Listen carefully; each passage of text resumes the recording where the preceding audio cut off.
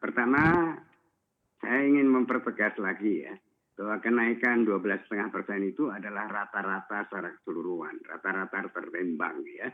Jadi seperti Anda mengatakan tadi, untuk SPM golongan 1 ada kenaikan sebesar 18,4% dan SKM golongan 1 16,9% ya.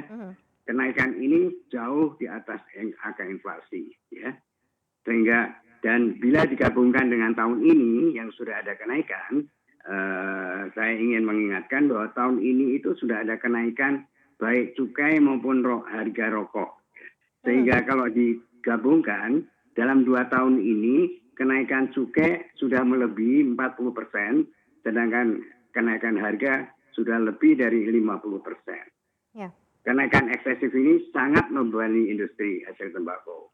Terlebih dalam situasi pandemi, di mana daya beli konsumen sangat rendah, bisa diperhitungkan kalau kenaikan ini akan berdampak pada berlanjutnya penurunan volume industri yang signifikan.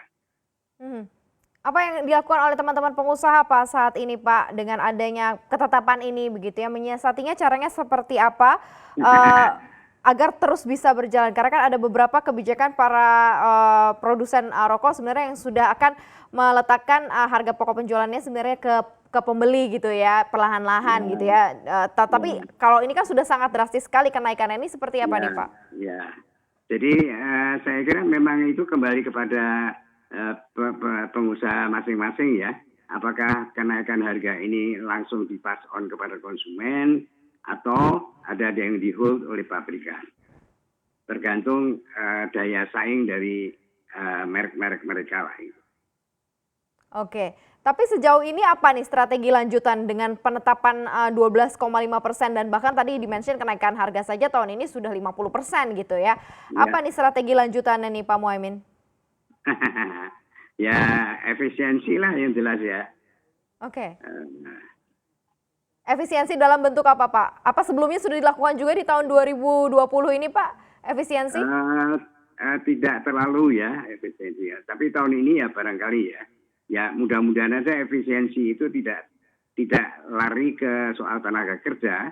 Karena kami apresiasi pemerintah bahwa untuk SKT di mana pekerja itu banyak sekali tidak ada kenaikan.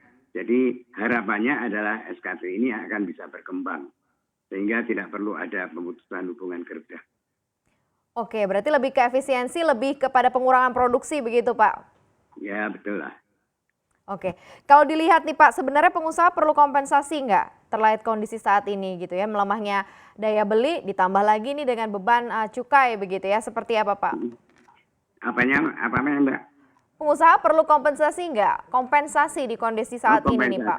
Ya, kami apresiasi pemerintah yang dalam hal ini, dalam peraturan itu juga ya, mudah-mudahan itu diberikan insentif untuk ekspor. Jadi salah satu kiat juga dari pengusaha adalah juga mencoba memperbesar ekspornya, terutama untuk rokok putih ya.